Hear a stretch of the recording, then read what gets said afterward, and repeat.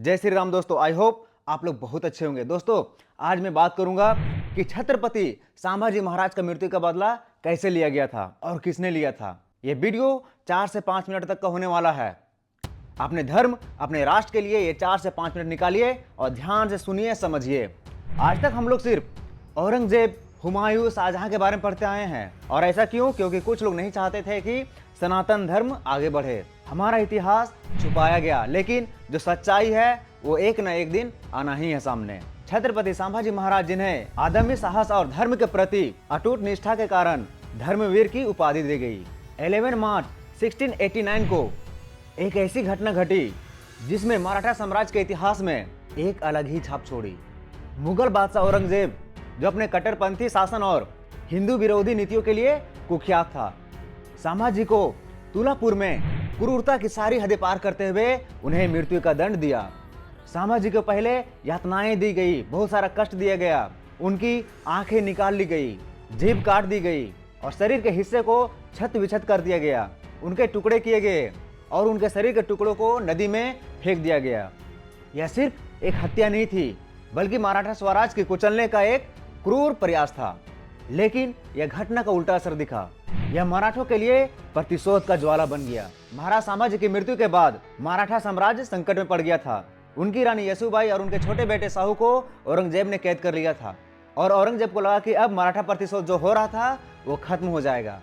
लेकिन मराठों का हौसला टूटने के बजाय और भी मजबूत हो गया। महाराज संभाजी के छोटे भाई राजाराम ने तुरंत नेतृत्व संभाला और स्वराज की रक्षा के लिए एक नई रणनीति बनाई। महाराज राजाराम ने खुले युद्ध के बजाय गुरिल्ला युद्ध की तकनीकी को बढ़ावा दिया, जिसमें मराठों से छोटे छोटे हिस्सों में बंट करके सेना हमला करती थी। इस रणनीति को लागू करने के लिए राजाराम को 2 बंदे की जरूरत थी, 2 सेनापति की जरूरत थी, वो भी भरोसेमंद वाला। और वो थे शांताजी घोरपड़े और जनाधी जादव। ये दोनों ने अपने जान की बाजी लगा दी थी।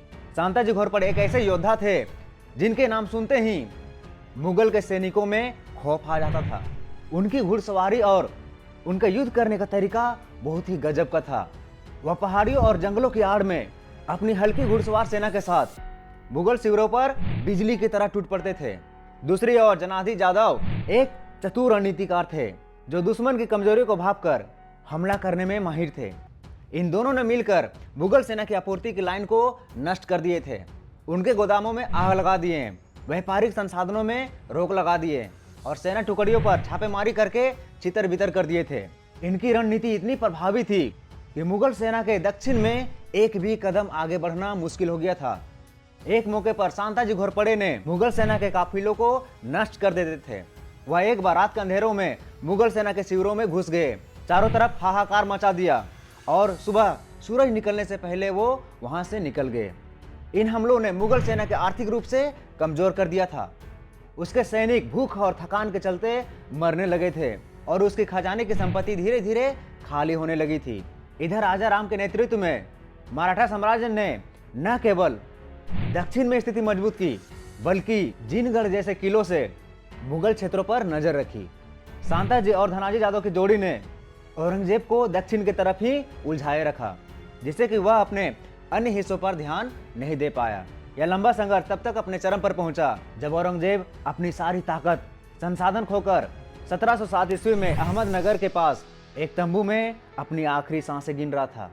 उसकी मृत्यु होते ही मुगल साम्राज्य का धीरे धीरे पतन होना शुरू हो गया और मराठों ने धीरे धीरे खोए हुए इलाकों को वापस हासिल करना शुरू कर दिए। इस तरह संभाजी महाराज का मृत्यु का बदला एक तत्कालिक घटना नहीं थी, बल्कि एक लंबी सुनियोजित और भावनात्मक था। महाराज संभाजी का बलिदान मराठों के लिए एक प्रेरणा बन गया, जिसने न केवल औरंगजेब के सपनों को चकनाचूर किया, बल्कि मराठा स्वराज को एक नई ऊंचाई पर पहुंचाए। तो वीडियो कैसा लगा कमेंट में जरूर बताइएगा। मिलते हैं नेक्स्ट वीडियो में। जय श्री राम।